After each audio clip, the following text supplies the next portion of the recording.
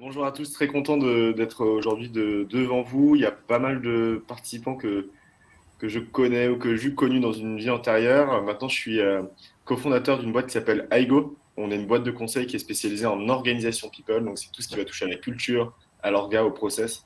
Proposer une super expérience employé, candidat, notamment. Donc très content d'être là. Merci Morgane pour l'invitation. Et je passe la main à Marion.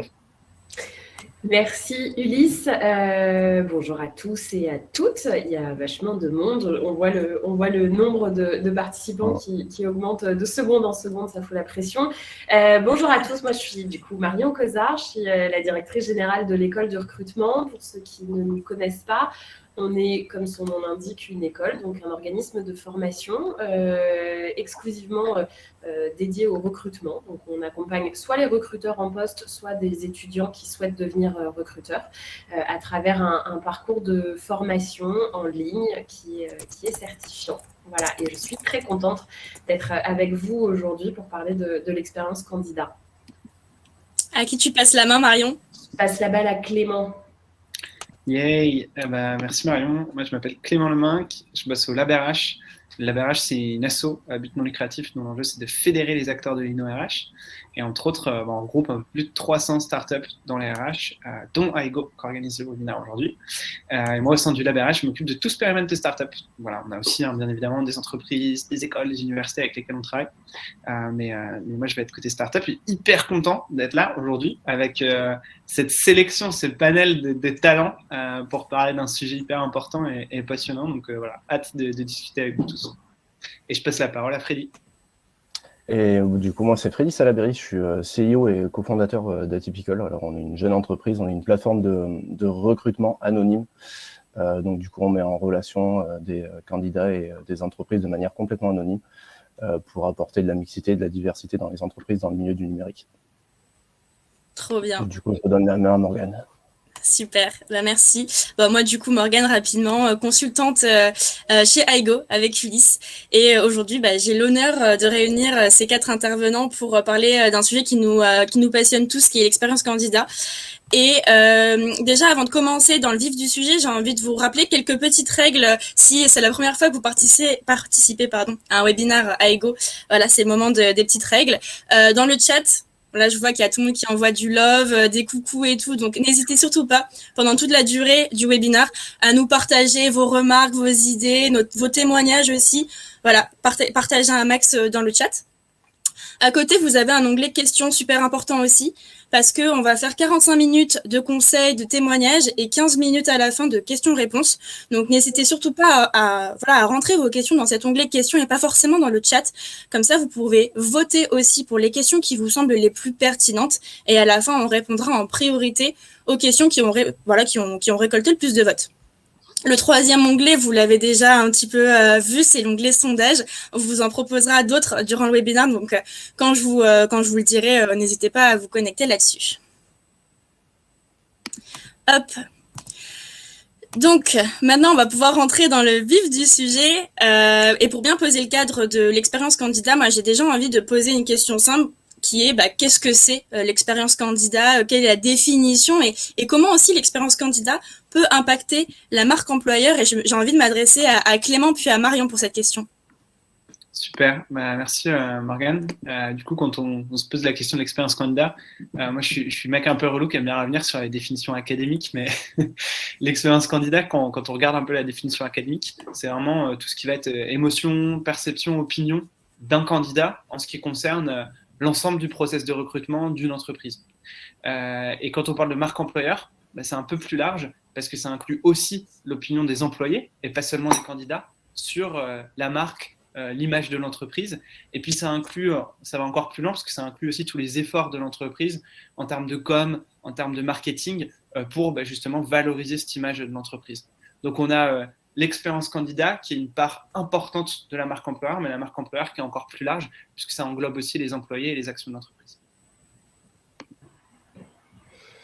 Ouais, je pourrais compléter effectivement par cette définition académique sur concrètement, en fait, l'expérience candidat, c'est tout le cheminement par lequel un candidat qui souhaite rejoindre une entreprise va passer. Donc, c'est une succession d'étapes qu'on appelle le process de recrutement.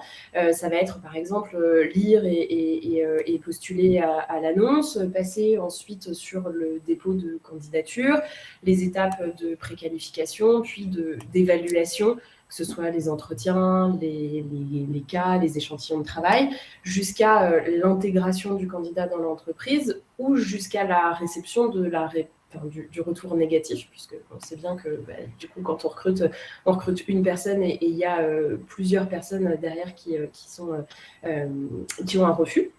Donc voilà, c'est en fait l'expérience candidat, c'est ce cheminement, c'est cette succession d'étapes.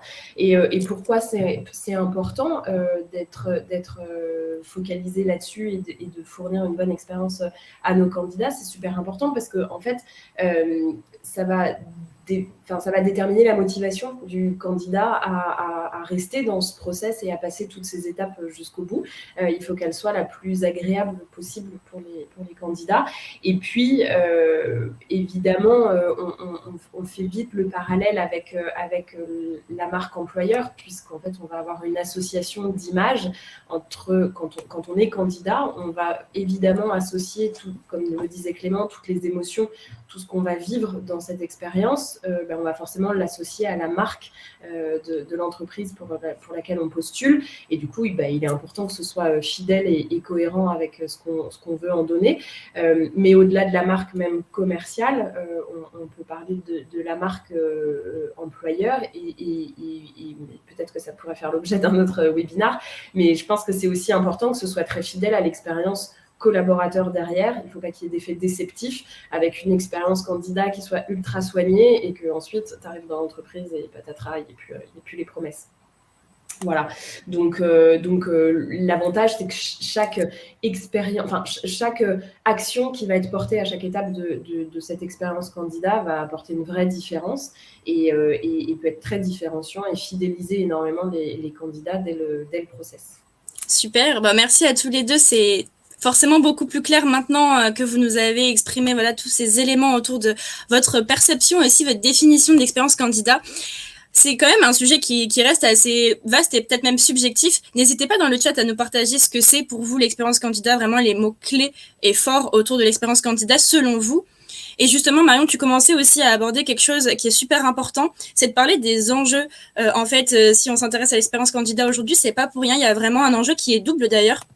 Il y a à la fois le point de vue de l'entreprise, pourquoi est-ce qu'il faut qu'elle investisse dans l'expérience candidat aujourd'hui, mais aussi le point de vue du candidat qui prend un pouvoir de plus en plus fort aussi sur le marché du travail, une place de plus en plus forte, et qui va du coup forcément avoir... Voilà, il va avoir ce pouvoir de décision finale et ça va vraiment dépendre du coup de l'expérience candidat que vous proposez.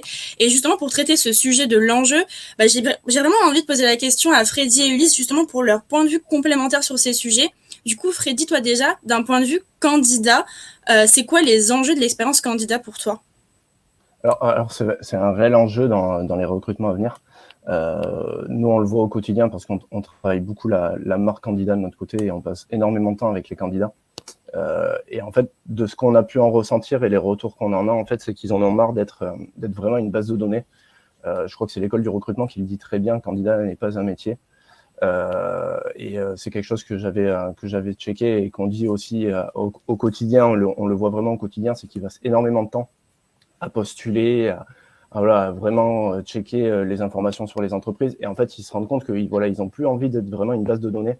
Ils veulent vraiment être considérés comme un être humain, tout simplement. On a de plus en plus aussi de candidats qui fuient les réseaux sociaux. Ils ne répondent plus du tout aux messages. Ils en ont marre des automatisations qui ne sont pas forcément très, très bien cernées. Et la plupart du temps, c'est juste par un mot-clé qu'ils ont pu faire ou quelque chose. Et en fait, du coup, ça les fait plus rire. Mais voilà, ils gardent quand même la mauvaise expérience par rapport à ça. Et ils veulent surtout des engagements. C'est-à-dire que des engagements, ils veulent des vrais engagements, tu vois, ils en ont un peu marre, comme on peut le voir sur des plateformes comme Welcome to the Jungle, un peu la start-up avec les photos corporate et le baby-foot. Pour eux, c'est quelque chose qui les intéresse plus parce qu'en fait, c'est tellement devenu la norme et tellement les gens ont tellement mis ça en place en fait que du coup maintenant c'est même plus intéressant et en fait ça représente même plus les entreprises. Donc en fait déjà tout ça il faut l'oublier. Il faut vraiment des preuves. C'est pareil, les mots à la mode, diversité et inclusion, c'est vraiment des mots qui sont à la mode en ce moment.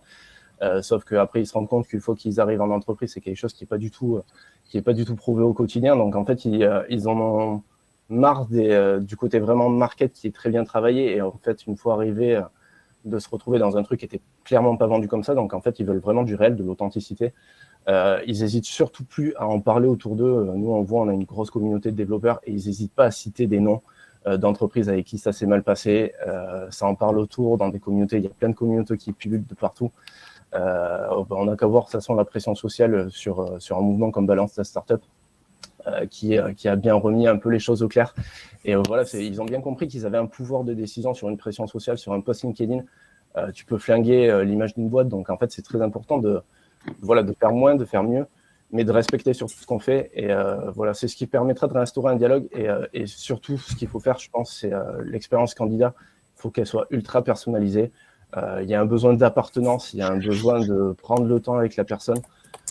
Ils ont besoin d'être ressentis comme un peu un collaborateur qui va être recruté et pas juste un candidat parmi tant d'autres. Et ils ont besoin aussi de voir qu'il y a de la transparence et qu'ils auront aussi possibilité d'évoluer de manière constante. Donc voilà, après, ça c'est de mon côté point de vue candidat. Après, je vais laisser la place à Ulysse qui lui va parler vraiment côté entreprise. Mais d'un point de vue candidat, c'est très important de travailler la marque candidat parce que voilà, c'est quelque chose qui va être vraiment l'avenir du recrutement. Ouais, non, je suis d'accord. Tu as dit quelque chose qui est très important. C'est avant, c'était la classe d'être sur Welcome to the Jungle. Donc, c'est toujours bien d'avoir des belles photos, etc. Mais maintenant, en fait, on se différencie pas du tout par rapport à ça. Et du coup, il faut vraiment se poser la question comment est-ce qu'on va se différencier, notamment avec les profils les plus rares, les plus difficiles à aller chercher. Alors, évidemment, on va proposer une expérience canon à tout le monde, mais comment est-ce qu'on se différencie des gens vraiment qu'on a du mal à recruter ça, c'est un point qui est vraiment extrêmement important pour les entreprises parce que c'est ça qui va faire qu'elles vont pouvoir développer un vrai avantage compétitif. Et c'est ça qu'il faut entendre. Et c'est ça, il y a beaucoup de hiring managers, de talent acquisition spécialistes, de DRH dans l'assemblée. C'est comment est-ce qu'on va aussi convaincre un CEO, une CEO, bref, quelqu'un qui n'est pas forcément dans la partie RH, pas forcément dans la partie recrutement, qu'il faut investir, qu'il faut repenser notre processus de recrutement parce que c'est ça qui est extrêmement important. En fait, ça va vraiment être un avantage compétitif qu'on peut développer ou pas par rapport à ses concurrents si on a une super expérience. Parce que globalement, les talents, ils sont chassés par vous et en même temps par tous les autres personnes qui sont dans votre industrie. Ils vont potentiellement ils ont toujours plusieurs process en même temps. Donc vous l'avez certainement remarqué. Quand on a un super candidat en face de nous, on peut être sûr qu'il a plusieurs process parce qu'il se débrouille bien, parce qu'il est chassé, parce qu'il a... Enfin, bref, ça, c'est évident. Et du coup, l'expérience candidat, c'est vraiment ce qui va pouvoir faire la différence. Mais concrètement, ça veut dire quoi, faire la différence? Ça veut peut-être dire doubler votre taux de transformation, tout simplement parce que il va se baser sur quoi? Il va se baser sur le salaire, sur la mission, mais il va aussi se baser sur le ressenti, comme tu le disais, Freddy. Donc, si tu arrives à doubler ton taux de transformation parce que tu as une expérience qui est canon et que tout le monde, quand il passe dans ton process, il se dit mais c'est évident que j'ai envie de rejoindre cette boîte et que tu vas faire la différence, ça veut dire 2 fois moins de temps à recruter, peut-être un budget qui est 2 fois inférieur, peut-être qu'une double qualité des profils que tu arrives à recruter. Et surtout, on sait quand tu n'arrives pas à recruter quelqu'un pendant 1 mois, 2 mois, 3 mois, au-delà des sous que ça peut coûter, etc., c'est vraiment, tu perds du temps sur les projets que tu as envie de développer.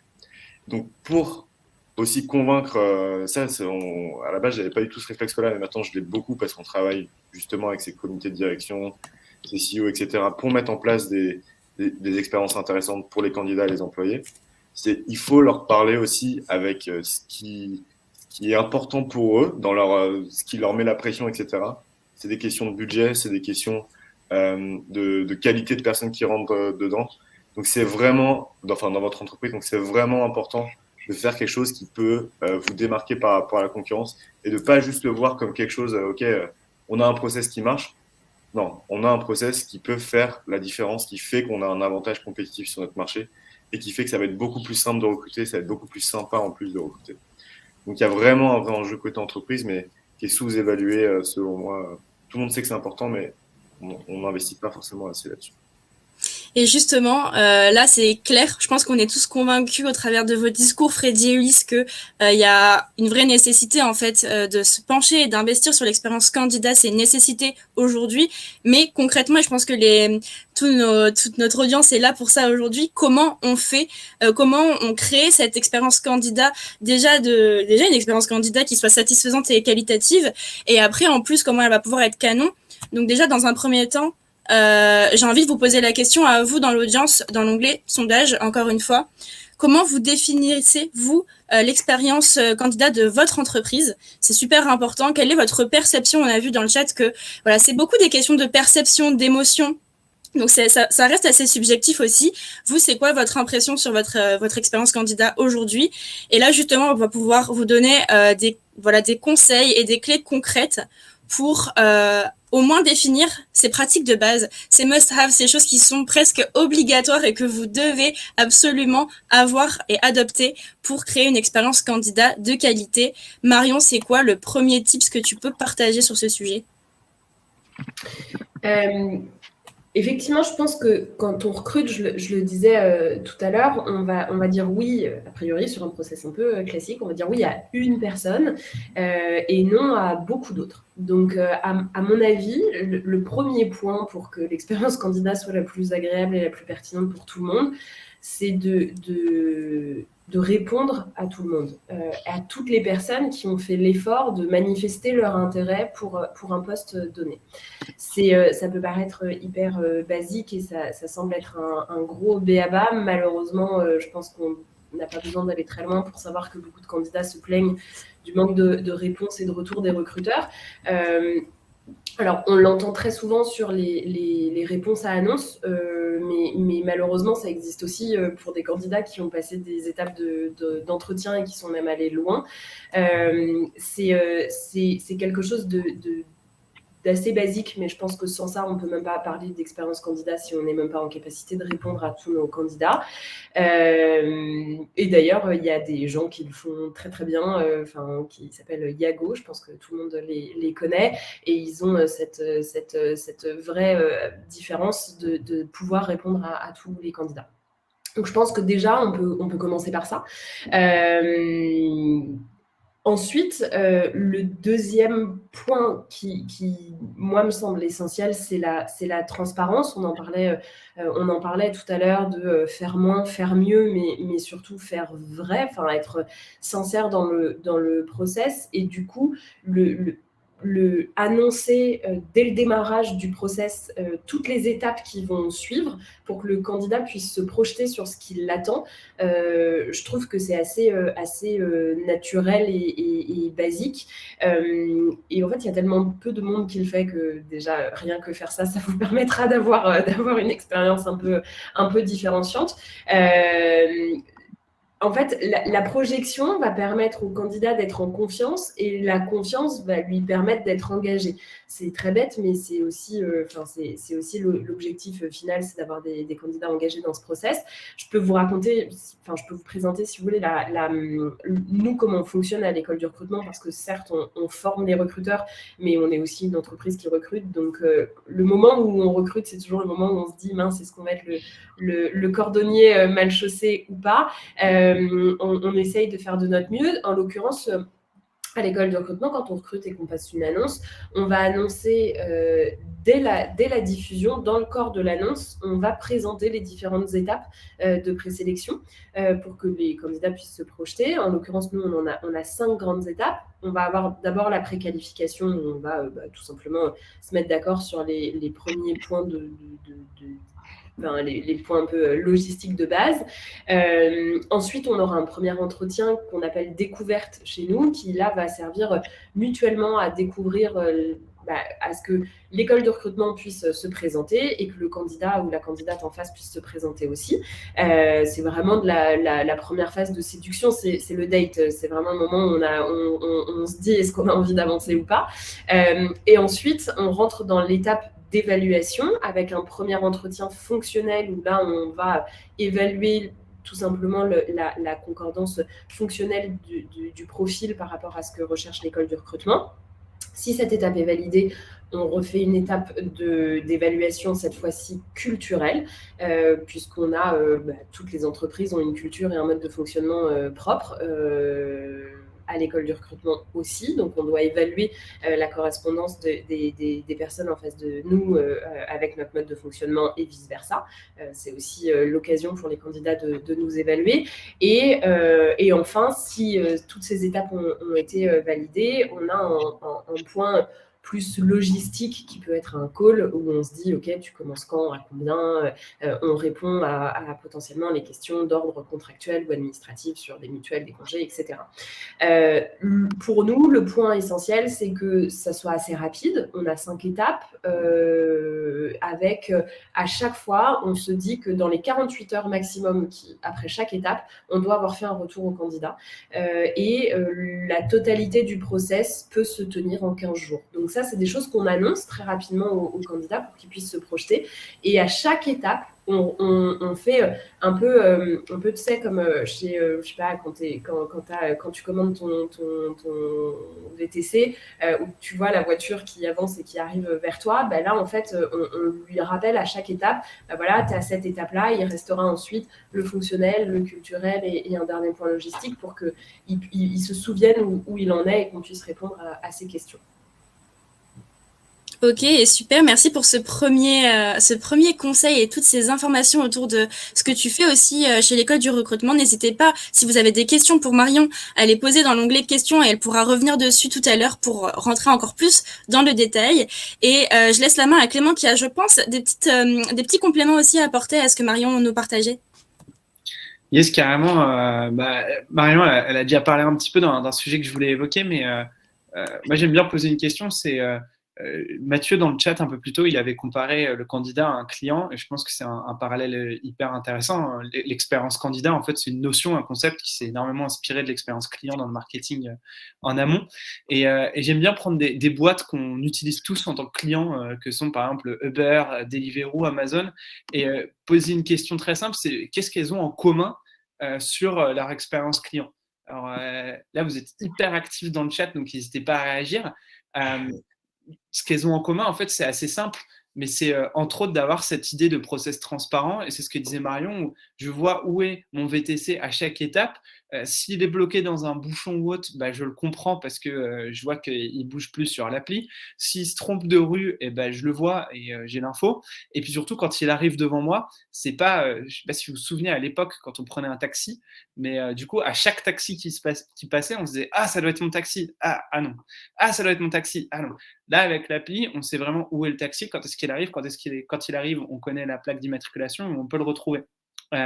Avec Amazon, on peut suivre nos colis en temps réel. Avec Deliveroo, Uber Eats et compagnie, on peut suivre notre bouffe en temps réel et on sait quand elle arrive.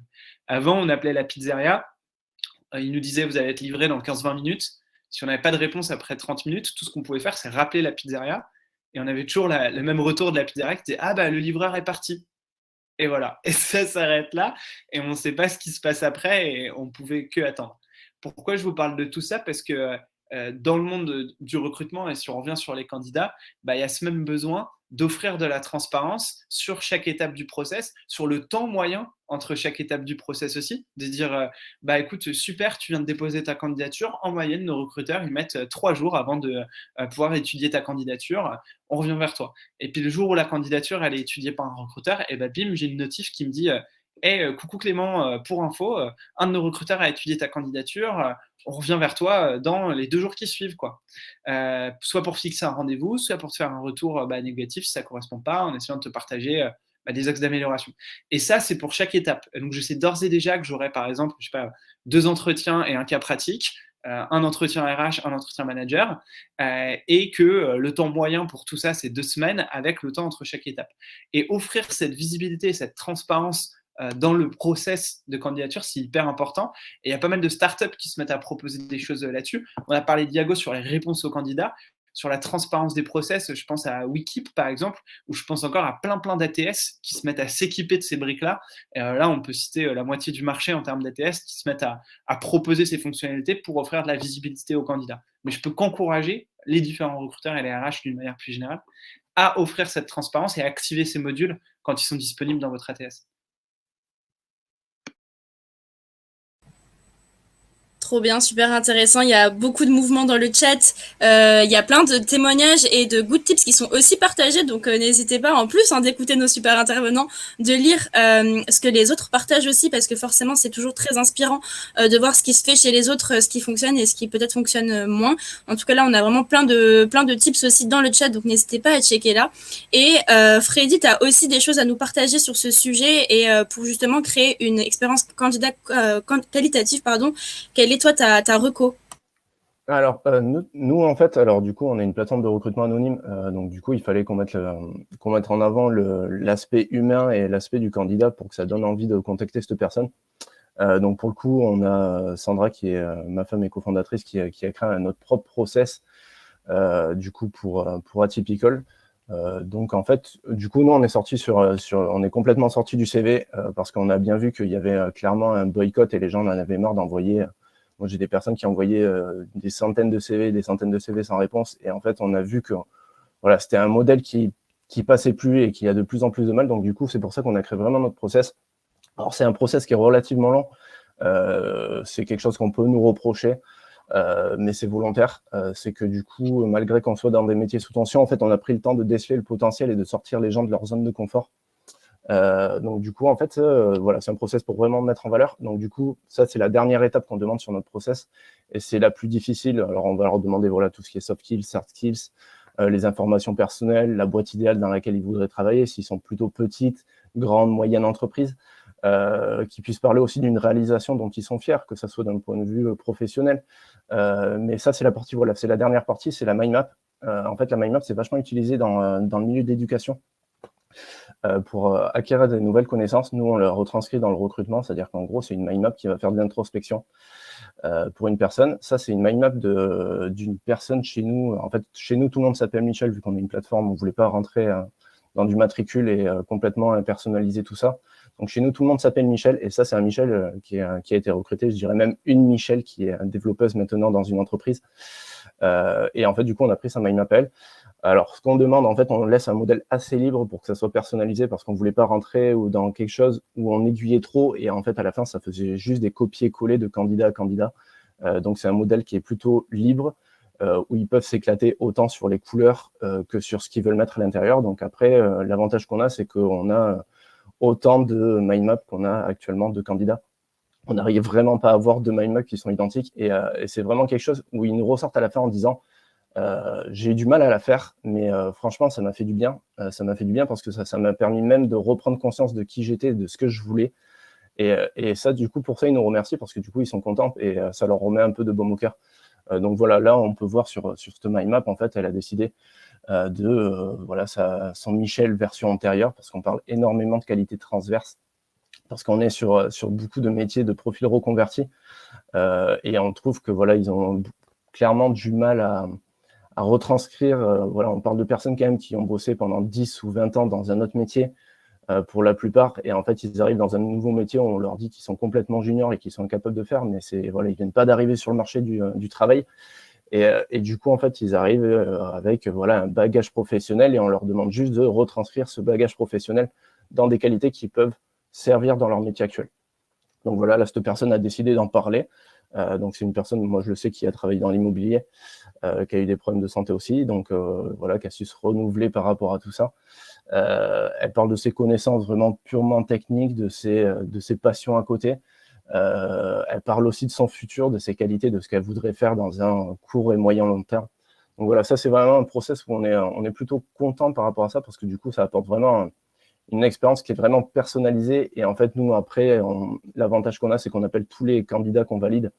On les appelle pendant 15 à 30 minutes pour, en fait, tout simplement les écouter, écouter leur histoire, écouter ce qu'ils ont à raconter. Et je sais que ça leur fait du bien. Ça leur fait du bien et ils nous remercient pour ça parce qu'ils ont l'impression d'être reconsidérés tout simplement, pas juste comme de la data et juste comme des humains. Donc, du coup, on est là voilà, pour discuter et échanger avec eux. En fait, on s'est vraiment rendu compte que beaucoup, on est dans un secteur qui est vraiment numérique, qui est vraiment sous tension et les gens ne peuvent plus. Mais en fait, on s'est rendu compte que le talent, il est là. En fait, il faut juste aller chercher des nouveaux process pour aller les chercher. Nous, on a des gens qui sont peut-être à 20 ou 30 relations sur LinkedIn. Donc, ce n'est pas des gens qu'on verra beaucoup sur les réseaux sociaux. Après, on a des gens qui en ont marre d'être spammés de messages automatiques et du coup qui fuient complètement, qui répondent à plus personne. Et du coup, qui viennent ici parce qu'ils disent bon, ben, je suis anonyme, au moins on va me foutre la paix. Donc en vrai, il faut vraiment se réinventer pour trouver un potentiel qu'on n'aura pas pu exploiter et vraiment sortir du cadre qu'on avait l'habitude, tu vois, comme par exemple sur le développement web, tout le monde aime bien le cadre du bac plus 5 master qui a fait telle école, tu vois, un peu ce que tout le monde apprécie. Mais voilà, maintenant, il faut sortir un peu de ce cadre-là. Il y a des profils reconvertis, il y a le monde évolue, le monde du développement évolue. Mais voilà, c'est quelque chose qui peut se retranscrire dans d'autres domaines, hein, forcément. Là, je prends le milieu du dev. Mais le monde évolue, il faut faire évoluer aussi le fait d'aller chercher des potentiels qui sont inexploités et sortir un peu aussi de sa zone de confort, parce que la plupart du temps, moi j'ai des cabinets de recrutement qui me disent ouais, mais moi je facture un client qui me dit il me faut 5-6 ans d'expérience, comment je peux vendre un profil qui en a pas, quoi. Et je dis mais non, en fait c'est juste il faut juste vendre du potentiel, en fait, vendre que chaque être humain a juste quelque chose à apporter à partir du moment où ça fit avec l'entreprise, avec le projet, avec la culture. En fait, j'ai envie de dire que tout le reste évolue en fonction, c'est-à-dire que les compétences transverses vont évoluer, les compétences, les soft skills vont évoluer aussi parce que c'est quelque chose qui évolue au fil de l'eau. Et surtout, tout ce qui est hard skills, c'est quelque chose qui s'apprend et qui évolue de manière constante. Faut vraiment examiner les détails et vraiment, nous, voilà, on a vraiment ce côté focus sur le fait de faire beaucoup moins et de faire beaucoup mieux. C'est-à-dire que du coup, on va présenter, si vraiment une entreprise veut des candidats qu'on lui présente, c'est-à-dire qu'on va lui présenter 2-3 personnes grand max, comme ça après nous, ça nous permet vraiment de faire déjà de pouvoir échanger et si ça ne va pas, de pouvoir redéfinir un besoin avec l'entreprise et du côté candidat, éviter l'ascenseur émotionnel de « Ouh, je passe un entretien, en fait ça n'a pas marché » et tout simplement aussi de pouvoir faire des réponses personnalisées au téléphone. Donc voilà, nous on n'est pas pour les ATS, on n'est pas pour les mails auto, je sais que c'est des pratiques qui sont vachement utilisées. Mais voilà, on a vraiment c'est notre expérience utilisateur à nous et pour le moment, voilà, on est plus de 700 inscrits et les gens sont très contents de faire ce process-là. Et tout simplement parce que ça leur apporte de la valeur et ils en sortent une valeur ajoutée à la fin d'avoir fait ce process-là pour pouvoir parler d'eux en entretien. Donc voilà, ça c'est notre process, notre expérience candidat personnalisée. Super, merci Freddy. Je vois que là, l'idée de mind map génère beaucoup de réactions dans le chat. Alors, il y en a qui ont des questions. Je vois Naïma, Jason et toutes les personnes qui ont mis des questions dans le chat pour qu'on puisse vraiment les garder en tête, les visualiser et que toutes les personnes puissent voter aussi pour qu'on réponde aux questions qui collectent le plus de votes. Je vous invite à vraiment reporter toutes vos questions dans l'onglet questions à côté de l'onglet chat en haut à droite de votre écran. Et après, il y en a, voilà, c'est controversé. Il y en a qui préfèrent ce bon vieux CV. N'hésitez pas c'est un sujet hyper passionnant, mais aussi très, très large. Donc, n'hésitez pas à solliciter Freddy aussi en off. Je pense qu'il sera ravi de vous en dire plus. Il y a pas mal de personnes qui sont en reconversion professionnelle dans le chat. Voilà, je pense que n'hésitez surtout pas, à la fin du webinaire et par la suite, à contacter les intervenants. Je pense qu'on est tous assez ouverts pour échanger avec vous par la suite. Donc là, en fait, c'est top parce que ce que Clément, Marion et Freddy nous ont partagé, c'est vraiment des choses qui sont des must-have, des bases qui vont vous permettre de passer d'une expérience améliorable à vraiment quelque chose de qualitatif. Mais ça reste quand même des choses qui sont quand même des bases, c'est-à-dire qu'on peut aller chercher encore plus loin et pour être vraiment top of mind, et c'est-à-dire vraiment que vous soyez reconnu comme employeur pour vraiment l'expérience candidat, mais canonissime que vous pouvez offrir à vos candidats. Il y a encore quelques conseils encore plus innovants qu'on peut vous partager. Et là, je sais qu'Ulysse n'attend que ça depuis tout à l'heure. Je le vois dans son regard. Et Ulysse, quels sont les conseils que tu peux partager à notre audience aujourd'hui ? Alors, nous, il y avait plein de choses qu'on voulait vous partager, mais on a un temps limité, donc on en a sélectionné 2 de mon côté, et je crois que Clément aussi en a. Le premier, c'est le Canva d'entretien. En fait, on s'est rendu compte avant, j'étais recruteur chez Womenity, où il y a pas mal de monde là qui sont représentés. Et en fait, on s'est rendu compte que quand on n'avait pas un cadre, en fait, un process clair pour les hiring managers, généralement, en fait, moi, j'allais poser des questions à un candidat, puis en fait, la personne qui allait suivre allait poser plus ou moins les mêmes questions, puis je prenais les notes d'une telle manière, puis d'autres personnes prenaient les notes différemment, et à la fin, en fait, on se retrouvait avec plusieurs candidats, un seul choix à faire, impossible de décider ce qu'on voulait faire. Donc nous, ce qu'on utilise, c'est un Canva d'entretien qui a énormément d'avantages. Le premier, c'est que vous allez avoir toutes les informations que vous avez envie d'avoir sur une seule page. Et en un clin d'œil, vous pouvez savoir, OK, j'ai envie de regarder quelle case, par exemple les prétentions salariales, ou alors est-ce qu'il est bon en sales, ou alors est-ce qu'il est bon en recrutement. Donc ça, c'est le canevas qu'on a utilisé avec Jason, qu'on a recruté, qui fait partie de l'équipe, qui est notre Talent Acquisition Leader. Et très rapidement, on s'est dit déjà, qu'est-ce qu'on veut pour un Talent Acquisition Leader? Donc ça nous permet de nous poser, on a besoin d'avoir quelqu'un qui a une expérience en recrutement, donc on va lui poser des questions sur sa vision, ses expériences, mais aussi en sales, parce que c'est pour le coup de la chasse de tête, et il va avoir des relations directement avec des clients, donc important de l'avoir et de se poser, de vraiment pouvoir avoir des réponses là-dessus.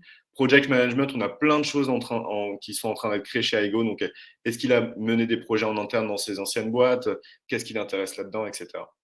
Et deux cases qui sont extrêmement importantes pour nous, qui vont vous permettre aussi de mieux closer le candidat derrière, c'est les cases driver et valeur et motivation à rejoindre l'aventure. Pourquoi ces cases, elles sont particulièrement importantes? Parce qu'en fait, c'est là où la personne va pouvoir se livrer en disant, voilà, ce qui est important pour moi, pour que je sois motivé au quotidien, ça va être ça, ça, ça. Et de ce que tu m'as dit par rapport à l'entreprise, ce qui me motive à potentiellement vous rejoindre, ça va être ça, ça, ça. Ces éléments, c'est important que ce soit écrit clairement quelque part pour que vous puissiez les retrouver et que potentiellement, quand vous allez partager ça à l'ACO ou au CEO et que c'est lui qui va faire le choix, il va pouvoir appuyer sur ces points-là pour pouvoir parler au candidat, même s'il va le voir, même s'il ne l'a pas vu pendant tout le process. Ou, voilà. Donc ça, ces Canva, ils sont extrêmement efficaces et surtout, ils sont flexibles. Je vous en montre un autre qu'on a utilisé pour une candidate pour un de nos clients, donc une candidate très senior. Donc là, vous le voyez, ce n'est pas exactement le même, on l'a adapté. Donc moi, j'avais besoin de savoir quels sont ses projets 1, projet 2, donc en gros, quels sont les projets sur lesquels elle a travaillé. Elle avait envie de me partager le fait qu'elle voulait travailler sur des projets internes et qu'elle en avait travaillé sur beaucoup. Donc, en fait, on a changé la case. On a dit, OK, pas de problème, projet interne. Il y a toujours driver pour réussir, les prétentions salariales, etc. Donc, ça, c'est ce que je montre à mon client. Mais c'est ce que je pourrais montrer à mon client interne, c'est-à-dire mon manager, le CEO, le CPO, enfin, peu importe qui a envie de recruter pour son équipe. Et ce qui est super intéressant, c'est qu'en fait, ce canevas, je le montre. Ça veut dire que quand j'ai interviewé Jason, je lui ai dit, bah, regarde, moi, j'ai envie de te montrer sur quoi je prends des notes, surtout qu'on était à distance. J'ai envie de te montrer sur quoi je prends des notes et je te montre quels sont les éléments qui sont importants pour toi, pour moi, pardon. Et du coup, je vais lui expliquer. C'est presque comme si on le construisait ensemble. Et ça casse aussi la barrière qu'on peut avoir. Je prends des notes, on ne sait pas exactement qu'est-ce qui nous attend en fait dans cet entretien. Là, pareil, en un clin d'œil, la personne sait ce qui va l'attendre pour l'entretien. Donc, c'est vraiment génial. Je vous invite à construire votre Canva aussi. Voilà pour moi. Super. Et ben Clément, je crois que tu avais aussi d'autres tips innovants comme ça à nous partager. Ouais, carrément. Bah, moi, un des sujets dont je voulais parler, c'est, je trouve qu'il y a un paradoxe dans l'expérience candidat, c'est qu'on parle, il y a le mot expérience, et moi, le mot expérience, il m'évoque beaucoup plus que même une réponse à une candidature ou de la visibilité sur un process de recrutement. Alors, j'ai une déformation, hein, je viens du monde du divertissement. Moi, j'ai bossé dans le cinéma, dans le jeu vidéo, et du coup, c'est un monde où le mot expérience, il veut dire autre chose, il veut dire de l'immersion. Moi, j'adore aller, par exemple, dans des parcs d'attractions. Et quand je vais chez, je sais pas, à Disneyland, et ben là, je vis une vraie expérience, quoi. Je suis immergé dans des mondes, c'est féerique, il y a plein de personnages Disney World, c'est trop cool. Et je me suis toujours dit, mais pourquoi on n'essaie pas de créer une expérience candidat qui soit vraiment expérientielle et où le candidat, il vit un truc original, unique, ou en tout cas, il va s'en rappeler. Et typiquement, en termes de marque employeur, même s'il n'a pas été sélectionné, c'est le truc auquel il va parler à tous ses potes à chaque fois qu'il ira prendre un verre pendant les 3 prochains mois, de dire mais vous imaginez pas ce qui m'est arrivé en process de recrutement dans cette boîte, c'était trop cool, quoi. Et il y a pas mal de boîtes qui se mettent à essayer de gamifier du coup les process et à essayer de rendre le truc un peu plus fun. Pourquoi la gamification? Parce que le jeu, ça crée de l'émotion, et l'émotion, ça crée un ancrage mémoriel. Ça, c'est prouvé, il y a des tonnes d'études qui le montrent. Le fait de vivre des émotions, ça fait qu'on se rappelle des choses. Si je vous parle de la victoire de la France à la Coupe du Monde, même si vous n'êtes pas fan de foot, vous vous rappelez de ce moment-là parce que c'était euphorique, parce que tout le monde était content, parce qu'on faisait des câlins à des inconnus et parce qu'on partageait un truc tous ensemble. Et parce que c'était de l'émotion. Et vous vous rappellerez de ce souvenir pendant des années et des années, si ce n'est toute votre vie. Et bien pareil, sur un process de recrutement, on peut créer de l'émotion, on peut créer du jeu, et ça fait que le candidat s'en rappellera et mettra en valeur. Là, vous avez une image de... c'est Skileo qui a fait avec The Adecco Group pour leur concours CEO for 1 Month. Ils ont proposé aux candidats de jouer à un jeu. Et l'objectif, c'était de voir comment ils réagissaient et justement d'évaluer un peu leurs soft skills dans une situation de jeu. Autre avantage du jeu, c'est que autant si je passe un test de personnalité un peu classique, si j'ai un peu l'habitude, je vois à peu près où les questions essaient de me diriger, dans quelle case elles essaient de me mettre. En revanche, si je joue à un jeu, je suis quand même immergé dans mon jeu et c'est quand même hyper dur d'essayer d'avoir des réactions non naturelles. Enfin, en fait, on est spontané, on est nous-mêmes et du coup, c'est beaucoup plus facile d'évaluer la personne. Là, vous avez cet exemple du jeu vidéo, mais après, il y en a plein d'autres. Il y a des boîtes qui proposent des escape games. Je pense à Coloc, par exemple. Il y a des boîtes qui vont proposer je pense à NeoJobs, par exemple. Ils avaient bossé avec Trocoris, qui est une boîte qui fait du troc. Et en fait, ils ont proposé, dans le cadre du process de recrutement, de faire du troc aux candidats en final step. Et ils envoyaient dans les rues de Grenoble, et il fallait qu'ils troquent des coquillages et qu'ils partagent qu'est-ce que tu as vécu, comment c'était. Et pareil, ça permettait de voir en termes de soft skills comment la personne se débrouille, et puis aussi quelle est son adéquation, son matching avec la boîte. Donc voilà, plein de dispositifs existants, pas mal de solutions en fait qui accompagnent aussi et qui permettent de faire des choses. Mais en tout cas, gamifier, rendre le truc ludique, créer de l'émotion, proposer une vraie expérience et quelque chose dont on se souvient, ça pourra être que valorisable et valorisant pour votre image de marque et votre marque employeur. Trop bien, merci. Je vois que c'est pas forcément clair qu'est-ce que c'est exactement, qu'est-ce qu'on entend par gamification.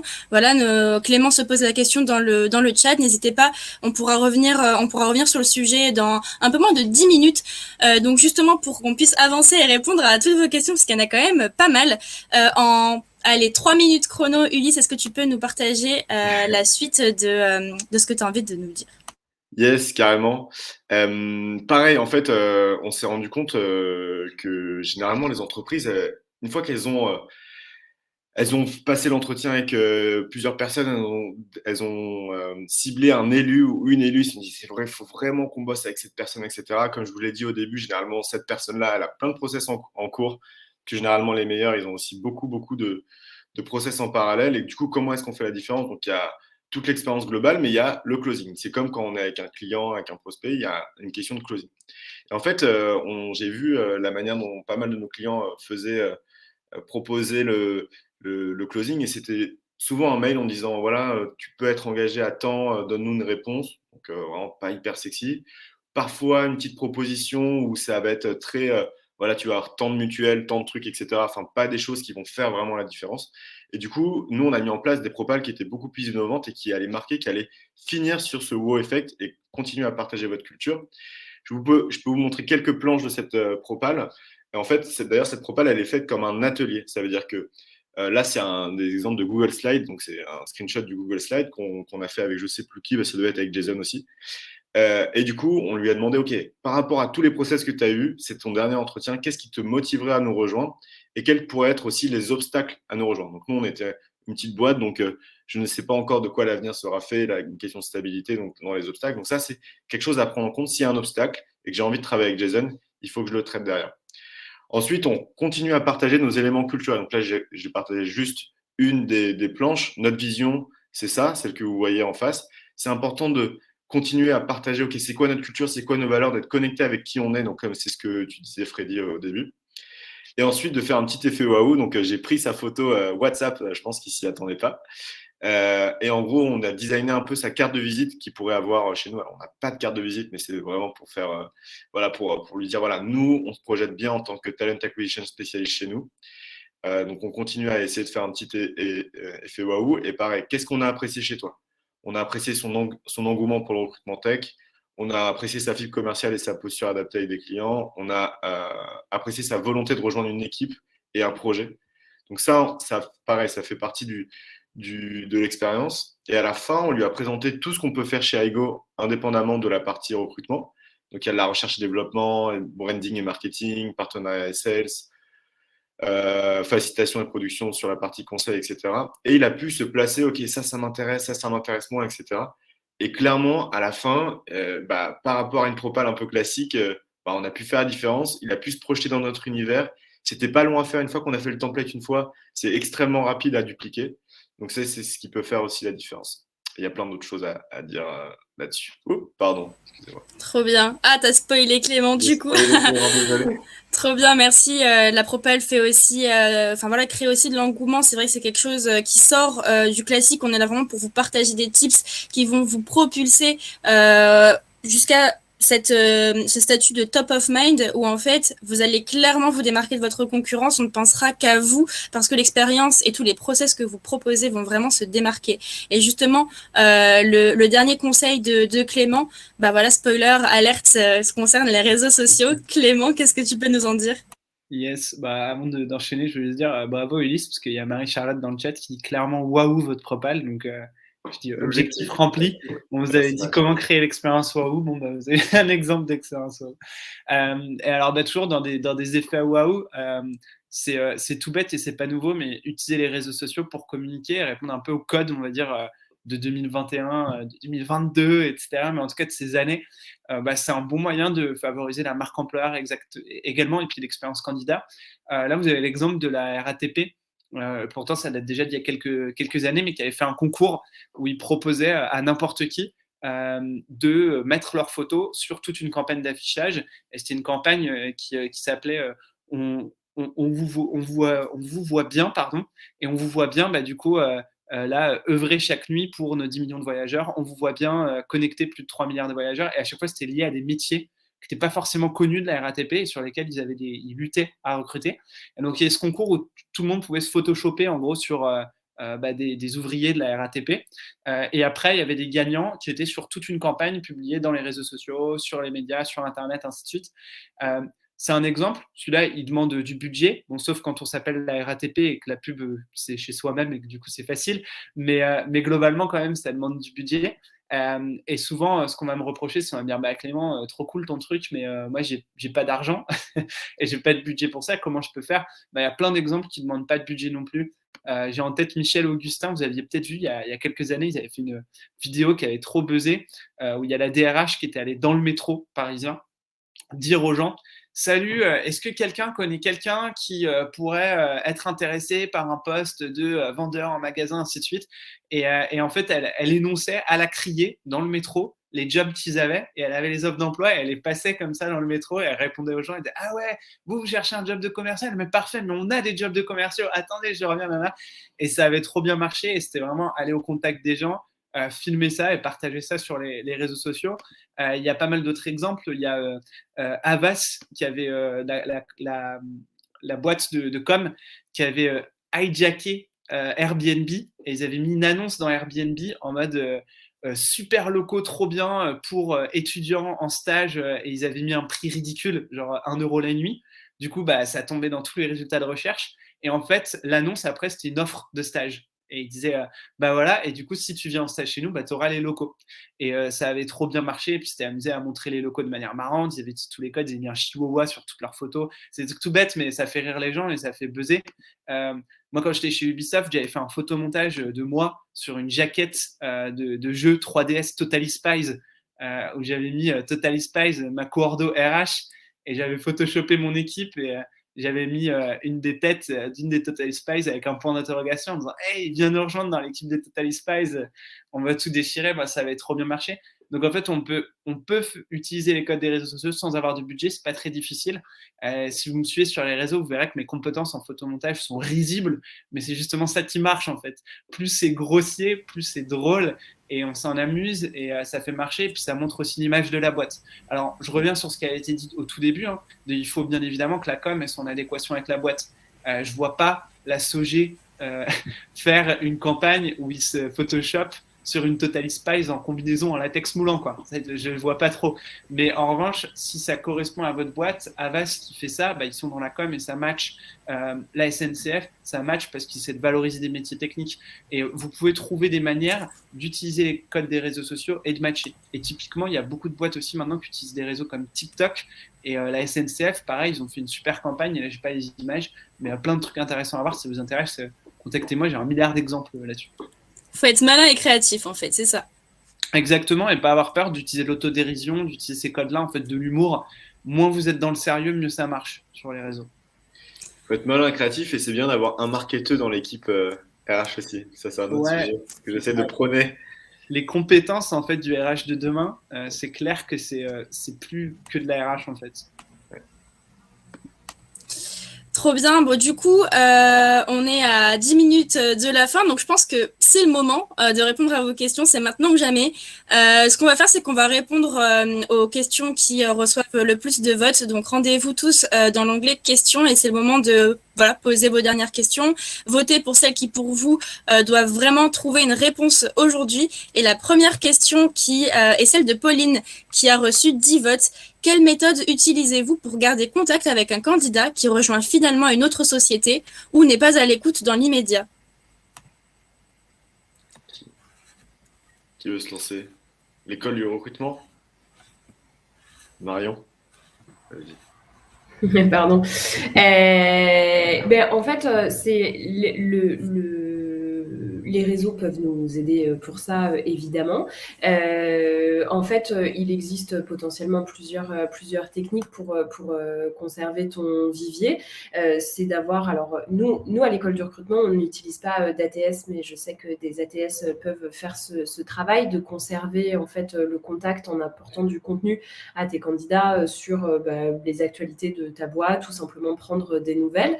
Et tu peux te faire des petits reminders, des petits rappels régulièrement, quelques fois par an, pour prendre des nouvelles des candidats que tu as identifiés comme étant à potentiel et pour garder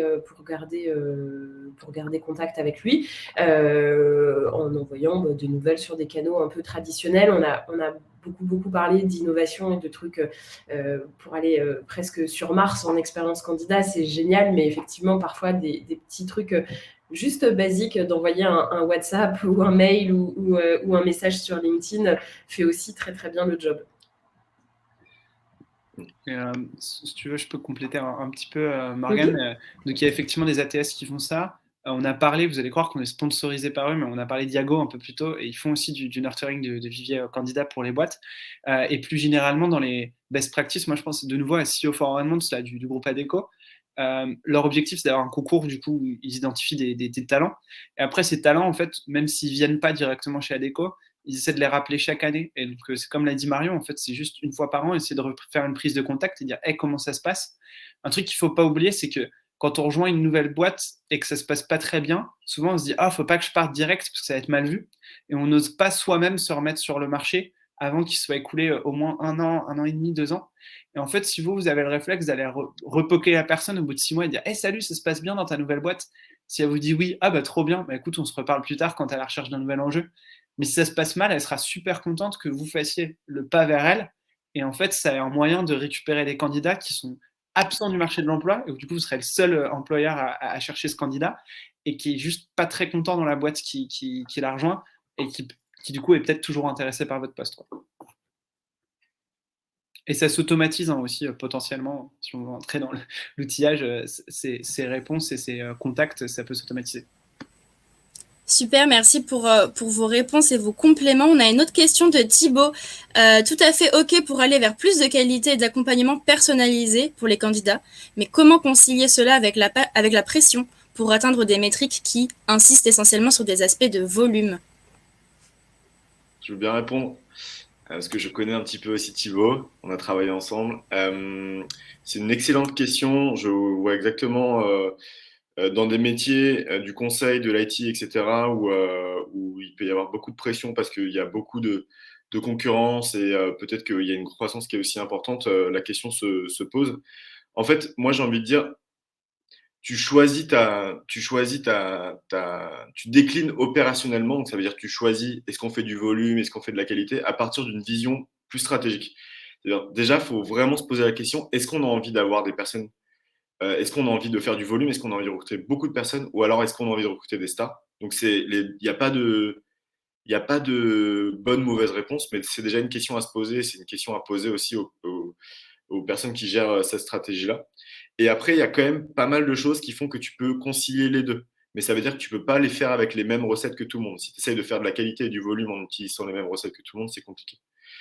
Donc ça, il y a plusieurs choses. Il y a déjà, est-ce que tu peux faire évoluer tes canaux d'acquisition? Si tu fais que du recrutement sur LinkedIn, bah, globalement, tout le monde fait du recrutement sur LinkedIn. C'est pas forcément là où tu vas te démarquer, vu que tout le monde le fait.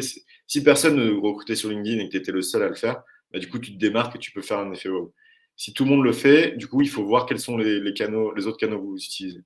Bon, je sais déjà que chez Womenity, vous utilisez pas mal de organisation de meet-up, création de communauté, etc. Mais ça, c'est extrêmement important. Mais ça va être aussi comment est-ce que vous communiquez sur LinkedIn. Ça veut dire que comment toi, Thibaut, est-ce que tu peux communiquer sur LinkedIn pour que tu sois reconnu en tant que euh, membre de Womenity avec ta vision, tes projets, que tu puisses faire transparaître aussi, que tu puisses donner envie, même sans directement rencontrer une personne, mais que tu puisses donner envie par ton aura, notamment sur LinkedIn ou sur d'autres réseaux, de ce que représente Womenity pour toi, qu'est-ce que c'est, pourquoi est-ce que les gens devraient te rejoindre.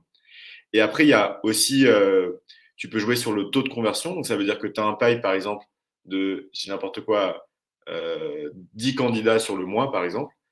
En fait, si tu arrives à avoir un taux de conversion de 30%, donc tu arrives à en recruter 3, bah, c'est pas pareil que si tu as un taux de conversion de 50%.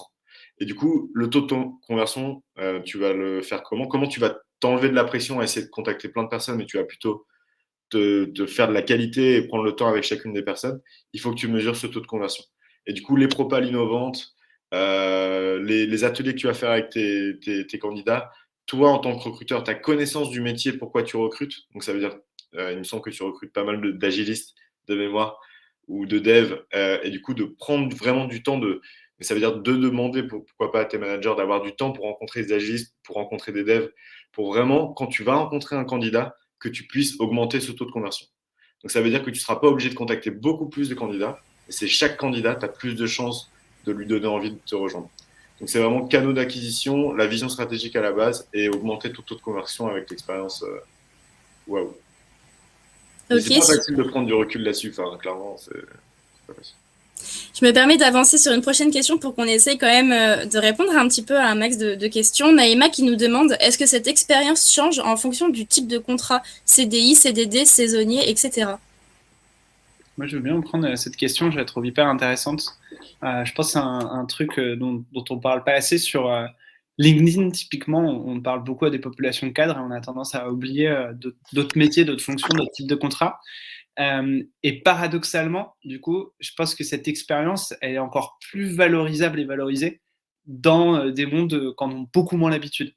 Parce qu'au final, si on va voir le monde des cadres sup ou autres, bah, il y a beaucoup de boîtes qui se mettent à chérir les candidats parce qu'ils sont durs à trouver, ainsi de suite, et à proposer des parcours candidats et des expériences candidats de plus en plus qualifiées. Versus sur des métiers, on va dire, un peu moins qualifiés ou des contrats plus courts, les gens font beaucoup moins l'effort. Sans même parler de métiers moins qualifiés, hein, je peux parler de contrats comme des stages ou des alternances où du coup il y a beaucoup plus de demandes et beaucoup plus de candidatures, bah, c'est souvent délaissé et c'est souvent considéré comme les recrutements les moins intéressants, quoi. Et du coup, on va moins mettre le paquet sur l'expérience candidat. Donc, l'expérience, au final, faut la proposer dans tous ces cas-là et ça permettra d'autant plus de différencier son entreprise si on le fait aussi sur des métiers qui aujourd'hui sont peu valorisés où les candidats, on leur offre pas forcément une expérience tip-top. Et paradoxalement, il y a beaucoup de métiers peu qualifiés sur lesquels il y a des grosses pénuries de candidats parce que justement, on ne sait pas bien les chercher ou pas bien leur offrir une expérience différenciante. Super, merci. Est-ce qu'il y a des compléments sur cette question à apporter de votre côté? Non, pas spécialement. On passe à une prochaine question. Je stipulais dans le chat que on va prendre, si ça convient à tout le monde, 5 minutes supplémentaires pour répondre encore à une ou deux questions pour vous. Donc, si vous avez encore quelques minutes, restez avec nous. Et du coup, la prochaine question, c'est Aldine qui nous demande gamification. Quel coût, comment on fait?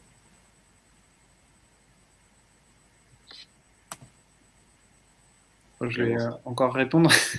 Mais quel coût on l'a vu, 0 à infini. Mais en fait, on peut commencer à des coûts 0 et je vous ai donné différents exemples. Et comment? Pareil, en fait, des tonnes de possibilités sur comment proposer du jeu. Ça peut être des team building, ça peut être des jeux vidéo qui sont directement utilisés. Alors, quand on a du budget, des jeux qui peuvent être personnalisés, je pense à Goshaba, par exemple, qui vont faire de l'assessment par jeu, qui vont créer sur mesure pour le besoin. Ça peut être avec Skilleo, des jeux déjà existants, mais sur lesquels on va analyser aussi des compétences. Et puis, ça peut être aussi dans le process, en fait. rajouter des étapes où il y a de l'interaction et où le candidat va agir et va profiter, on va dire, de mécanismes ludiques. Et bah, ça peut se faire assez facilement, et de nouveau, ça peut se faire avec des budgets quasi zéro, quoi. On peut faire des choses maison. Je ne sais pas si quelqu'un veut compléter. Ouais, moi je voudrais aussi compléter pour repréciser, pardon, peut-être que je casse un peu l'ambiance, mais je pense qu'il est important de rappeler qu'effectivement, il y a plein d'outils, évidemment, probablement super géniaux qui existent, mais c'est pas forcément ça qui va sauver l'expérience candidat. Il faut être évidemment très conscient du niveau de l'expérience candidat qu'on propose actuellement chacun dans nos entreprises et ne pas oublier qu'avant de vouloir courir, il faut probablement aussi savoir marcher et qu'il y a plein de choses très basiques que l'on ne fait déjà pas. C'est super de réfléchir à toutes ces choses très futuristes, mais en fait, il y a plein de basiques déjà sur lesquels on n'est pas très fort et je pense que, pardon pour le cassage d'ambiance, mais je trouve que c'est important aussi de le rappeler parce que y a une personne qui posait la question qui disait est-ce que sur des profils cuisiniers, serveurs, on a le temps de faire tout ça. Je pense que déjà, y a plein de petites choses à mettre en place pour faire une expérience candidat juste, fiable et correcte et avant d'aller si loin. Voilà. Ouais, je peux que te rejoindre, Marion. Le parallèle que je vais prendre très rapidement, c'est celui du baby-foot. Hein. C'est pas... Vos collaborateurs ils vont pas être heureux et épanouis si vous mettez un baby-foot. Il y a une phrase que j'aime bien en anglais qui dit It's not what makes you happy, it's what makes you happier. Donc si vos collaborateurs ils sont déjà épanouis, mettre un baby, c'est encore mieux et c'est cool. Mais s'il n'y a pas le b.a.-ba et que ça se passe mal avec le manager ou autre et que l'expérience employée elle est nulle, bah, c'est pas ça qui va rendre heureux. Et de la même manière sur le process, si vous le gamifiez, mais que le collaborateur il a un process qui prend 3 mois avant d'avoir une réponse, que entre sa candidature et la première réponse, il y a eu 1 mois de ghosting, etc. Bah, en fait, ça va pas faire la diff et il détestera quand même son expérience collab. Donc, effectivement, commencer par le b.a.-ba. Et ensuite, pour ceux qui ont déjà une expérience candidat solide et qui veulent vraiment faire la next step pour être le process qui casse tout et qui est ultra waouh, bah là, on peut parler de gamification. Trop bien. Et je pense qu'on va prendre une dernière question qui peut peut-être intéresser aussi Freddy sur la question pourquoi est-ce qu'un test technique peut être un souci pour des candidats juniors et comment faire pour réellement évaluer les compétences techniques?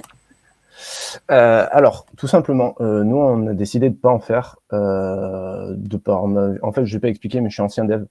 Tout simplement parce que je connais énormément de très très très bons devs qui en ont chié à l'appel des tests techniques parce que c'est pas du tout révélateur parce qu'en fait il y a un facteur qu'on oublie souvent dans les tests techniques, c'est le facteur temps. Et le facteur temps en fait induit beaucoup de mauvaises réponses parce que tout le monde ne gère pas le stress de la même manière. Donc pour moi en fait c'est clairement quelque chose qu'on ne demande pas. En revanche, nous ce qu'on a mis en place c'est que du coup, on leur demande d'expliquer une réalisation, un projet à l'oral. C'est-à-dire que du coup, plutôt que de leur faire un test technique, on leur demande comment ils ont fait un projet, pourquoi ils ont fait cet environnement technique plutôt qu'un autre, pourquoi cette stack plutôt qu'une autre, s'ils ont rencontré des difficultés, comment ils ont réussi à passer outre la difficulté, où c'est qu'ils sont partis chercher des informations. Et en fait, on leur demande d'expliquer à l'oral et à l'écrit, en fait, d'expliquer vraiment le projet de manière comme s'ils parlaient à un enfant de 5 ans ou à quelqu'un qui n'était pas du tout du milieu de la tech. Donc, du coup, nous, c'est pour ça voilà, c'est notre process à nous. Et on voit clairement, en fait, si une personne va chercher l'information, s'il y a un potentiel de curiosité et un potentiel de se surpasser sur des problèmes. Plutôt qu'un test technique où c'est un temps dédié et c'est très compliqué. Le temps dédié, je sais que voilà, moi personnellement, en tant qu'ancien dev, il me fallait un temps de réflexion pour pouvoir. Je suis plutôt méthodologique. Et en fait, à partir du moment où j'ai un test technique, c'est quelque chose que je n'avais pas le temps de faire. Et du coup, je foirais complètement mes tests. Et j'ai des devs qui ont plus de 15 ou 20 ans d'expérience qui arrivent à louper aussi des tests techniques comme ça. Donc voilà, nous, c'est notre manière, c'est d'expliquer et d'argumenter. Si je peux me permettre pour rebondir là-dessus, je suis d'accord avec toi, mais en même temps, je me dis, le test technique, si tu le vois comme tu réussis ou tu t'échoues, c'est fini. Dans ce cas-là, c'est sûr que c'est pas le top, mais si tu le vois comme une base de discussion, voilà, c'est ça. Ça, je suis d'accord avec toi. Il y a des gens qui vont être curieux, tu vois, t'as des d'entretien avec des devs qui vont être curieux, qui vont aller chercher plus loin. Oh. Et en fait, il y en a qui attendent aussi de pouvoir montrer leur capacité en test Vraiment. technique. Du coup, c'est vraiment une stratégie à avoir. Et il y a des gens qui posaient des questions sur à quel point le process est long. Donc, c'est quelque chose à designer. Le process, ça se fait pas juste, OK, on lance un process. Il faut que ce soit ultra designé pour avoir une bonne expérience et pour vraiment que ça corresponde bien à ce qu'on veut, quoi. Mais, Je te rejoins à 100%, Alice. Super. Bon, écoutez, on va pas avoir la possibilité, malheureusement, de répondre à toutes vos questions parce qu'elles sont nombreuses. Mais dans tous les cas, je vous l'ai déjà dit, n'hésitez surtout pas à nous contacter en off. On est vraiment là aussi pour continuer à répondre à vos questions en dehors du webinaire. Et d'ailleurs, à ce sujet, il y a 2 éléments que j'ai envie de vous partager avant qu'on se quitte. Le premier, c'est qu'on a un petit cadeau pour vous dans le chat. Côté Aigo, je suis en mute en fait depuis tout à l'heure. Non, c'est bon. Ah, ok. Je me suis dit, damn. Ok. Donc, ce que je vous disais, c'est qu'on a un petit cadeau pour vous. Je vous le partage dans le chat. C'est un coaching clinique côté Aigo. On prend 30 minutes de notre temps pour justement cerner un petit peu vos priorités et vos enjeux people du moment, prendre le temps de comprendre votre contexte et de vous apporter des conseils experts avec un regard extérieur qui peuvent après débouler sur une roadmap ou des choses un peu plus de solutions qui vont vous aider justement à répondre à des problématiques que vous rencontrez aujourd'hui. Pour y accéder, c'est tout simple. Vous cliquez sur le lien Typeform que je vous ai partagé dans le chat. Vous pouvez tous nous écrire. En plus, il y a la première question, c'est vraiment un sondage de satisfaction pour savoir ce que vous avez pensé de ce webinaire. Et on est vraiment curieux de savoir si vous avez passé un bon moment. Nous, on a passé un très bon moment. Et juste avant de nous quitter, vraiment, chacun, je vous laisse 30 secondes chrono pour nous partager un dernier mot de fin. Qu'est-ce que vous avez envie de dire pour conclure ce webinaire à notre audience? Et je laisse la parole pour commencer à Ulysse. Ok. Moi, ce que je me dis, en fait, si vous voulez vraiment proposer une super expérience, il faut prendre énormément de recul sur ce que vous faites au quotidien. C'est pas simple. Nous, c'est ce qu'on fait justement avec nos clients. On les aide à prendre du recul sur leur process pour le remettre en question, pour aussi avoir des arguments pour le remettre en question devant la direction et pour potentiellement proposer d'autres choses. Il y a plusieurs étapes là-dessus. On mappe le process, on interviewe un peu les hiring managers pour savoir est-ce que ça leur convient, c'est quoi les points de friction. On interviewe aussi des ex-candidats qui soient rentrés ou alors qu'ils n'aient pas accepté l'offre, pour savoir qu'est-ce qui était bien, qu'est-ce qui n'était pas bien d'un point de vue extérieur. Et après, on fait des ateliers justement avec les équipes de recrutement pour qu'ils redesignent bien un process qui va vraiment, vraiment être stylé. Pas juste qui marche, un truc qui est vraiment cool. Donc, si vous voulez, vous pouvez nous contacter. On pourra certainement vous aider là-dessus. Super. Est-ce que Clément, Marion, Freddy, vous avez envie de partager un dernier mot Non. Moi, j'ai juste envie de dire que je suis trop content d'avoir pu participer à ce webinaire avec plein de gens géniaux. Et merci à tous, à la fois dans le chat pour vos commentaires, vos remarques hyper pertinentes, et puis dans le panel, parce que c'était trop cool ce que vous avez partagé tous. Ouais. Et mobilisons-nous pour une meilleure expérience candidat et un monde meilleur. Ouais, super. Et puis voilà, moi aussi, je voulais évidemment vous remercier. C'était très chouette de participer à ça ensemble et voilà, qu'on soit tous bien conscients qu'il y a plein de basiques à mettre en place pour avancer, qu'il faut monter les marches une par une et qu'il y a plein de belles choses très simples et peu coûteuses à mettre en place pour faire une expérience candidat vraiment agréable. Et moi aussi, je vous remercie à tous. C'était vraiment super top d'être à vos côtés en tant que jeune petite entreprise qui essaye de percer dans le milieu, malgré que vous essayez d'éliminer comme le maillon faible. Mais trêve de plaisanterie. Non, après, voilà, le seul truc que je peux dire, c'est faire moins, faire mieux et essayer de créer une valeur ajoutée. Voilà, ça serait mon petit mot de conclusion. Trop bien. Merci à tous. C'était un plaisir d'avoir ces intervenants de top qualité et cette audience aussi on fire. Franchement, merci pour votre énergie. C'était génial. Je vous dis à bientôt pour un prochain webinaire. Bonne journée à tous. Merci Morgane pour l'orga. Ciao.